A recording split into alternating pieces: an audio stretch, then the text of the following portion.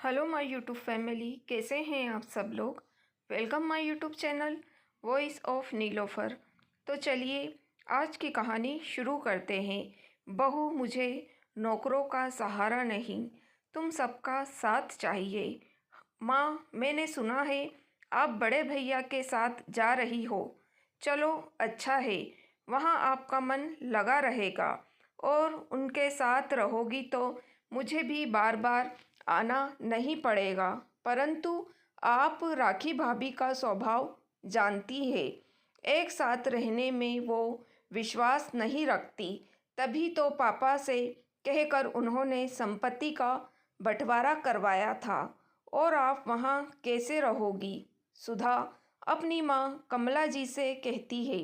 कमला जी बोली, इसमें कौन सी बात है? राखी बड़ी बहू है, मुझे रखना उसका फर्ज बनता है। तुम मेरी चिंता मत करो, मैं रह लूँगी, बस बीच बीच में मुझसे मिलना रहना। सुधा बोली, माँ वो तुम्हारी सेवा नहीं करेगी। जो परिवार के साथ रहने में विश्वास नहीं रखती वो सास के साथ कैसे रहेगी? नेहा, छोटी भाभी मन की अच्छी है और वो आपकी सेवा भी करेगी। आप वहाँ क्यों नहीं चली जाती? कमला जी बोली, मैं जानती हूँ वो बहुत अच्छी है, पर इतने छोटे से घर पर उनका गुजारा ही मुश्किल से होता है। मैं चली जाऊंगी तो उसका भार बढ़ जाएगा। फिर लोगों कहेंगे कि बड़े बेटे के होते हुए भी छोटे के पास रहने चली गई। काश कि दोनों एक ही छत के नीचे रहती तो कितना अच्छा होता। मुझे उनका सहारा और उन सब का साथ दोनों मिल जाता। बाहर नेहा उनकी सारी बातें सुन रही थी। वो मुस्कुराते हुए कमरे में आई और बोली, माँ जी, हाथों की पांचों उंगलियां एक जैसी नहीं होती है। कौन नज़दीक और कौन दूर ये तो वक्त ही बताता है। आप जहाँ भी रहो बस ठीक से रहो, हमें बस इतना ही चाहिए। जब भी आपका मन ना लगे आप बेझिझक हमें कह दीजिएगा, हम आपको लेने चले आएंगे। मैं उस दिन का इंतज़ार करूंगी जब ये दूरियां नज़दीकियों में बदल जाए। कमला जी बोली, बहू मैं तुम्हारे घर जाकर तुमसे नज़दीकियां बढ़ाकर अपने बेटे को परेशान नहीं करना चाहती। ये बात तो सच है कि बड़ी बहू के पास पैसा है, पर दिल उसका छोटा है। राकेश बेटे के पास इतना पैसा है कि कभी मुझे किसी बात की दिक्कत नहीं होने देगा।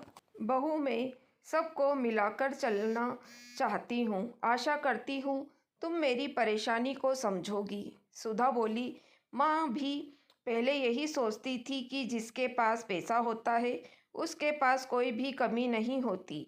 पर जब शरीर गिरता है तो पैसे नहीं, रिश्ते और अपनों की ज़रूरत पड़ती है, जो पैसे से खरीदे नहीं जा सकती।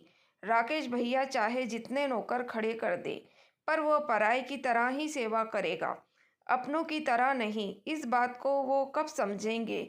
इतने सालों से कमला जी का पूरा परिवार एक साथ ही रहता था, परंतु जब रिटायरमेंट का पैसा आया तो कमला जी की जिद पर वो 2 साल से गांव में रह रहे थे। नेहा घर की पूरी जिम्मेदारी संभालती रहती, पर राखी के व्यवहार के कारण आगे चलकर दोनों भाइयों को अलग होना पड़ा। पति के देहांत के बाद कमला जी बड़े बेटे के साथ रहने लगी, परंतु बेटे बहू को फुर्सत कहाँ थी कि उनके साथ बैठते। घर में नौकर चाकर थे जो उन्हें खाना तो ज़रूर देते थे, परंतु बच्चे कभी कभार आकर उनका हालचाल नहीं पूछते थे।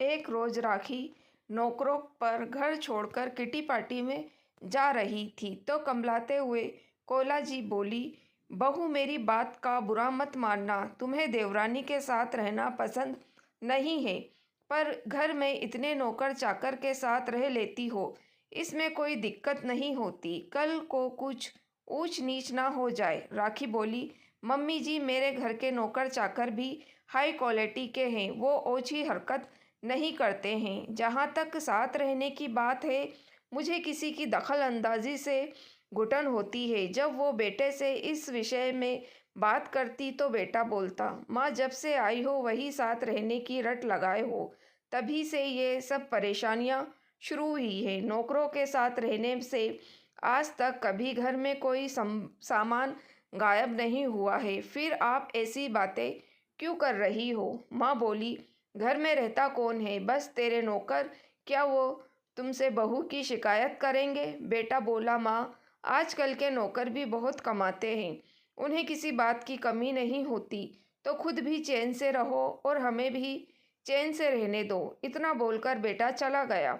उस रोज़ उन्हें पता चला कि पैसे और रिश्तों में चुनाव सोच समझकर करना चाहिए। कमला जी जब वो वहाँ से जाने की तैयारी कर रही थी तो राखी बोली, माँ जी मैंने तो अपनी तरफ से कोई कमी नहीं छोड़ी, पर लगता है आपको घोंसले में रहने की आदत हो गई है।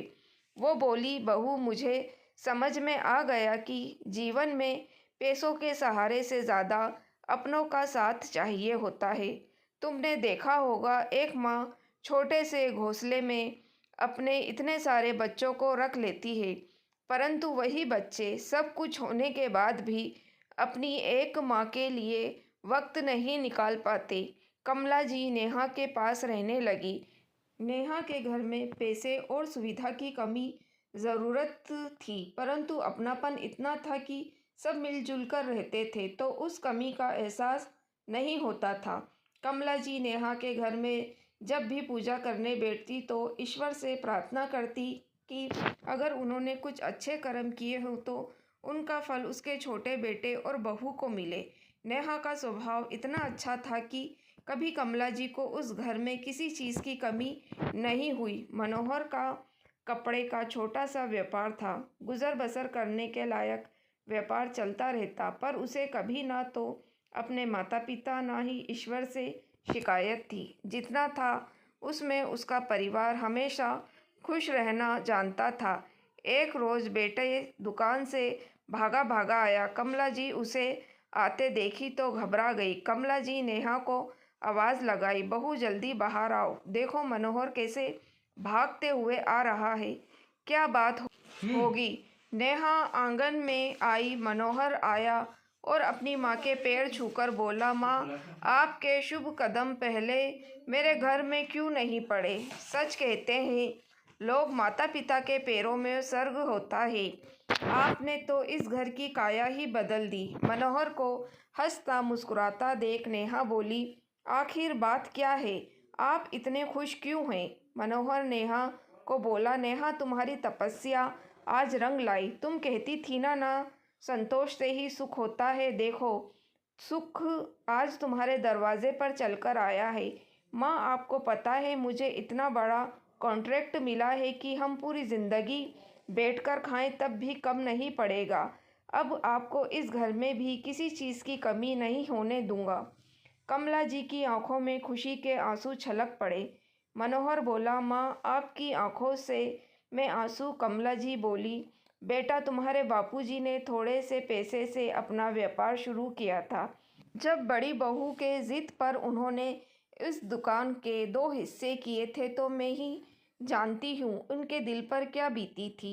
अपनी ईमानदारी से तुमने इस व्यापार को इस ऊंचाई तक पहुँचाया। आज तुम्हारे बाबूजी होते तो उन्हें बहुत खुशी होती। तो दोस्तों कैसी लगी आपको कहानी? लाइक और कमेंट करके ज़रूर बताइएगा। मेरी वीडियो को शेयर करना ना भूलिएगा।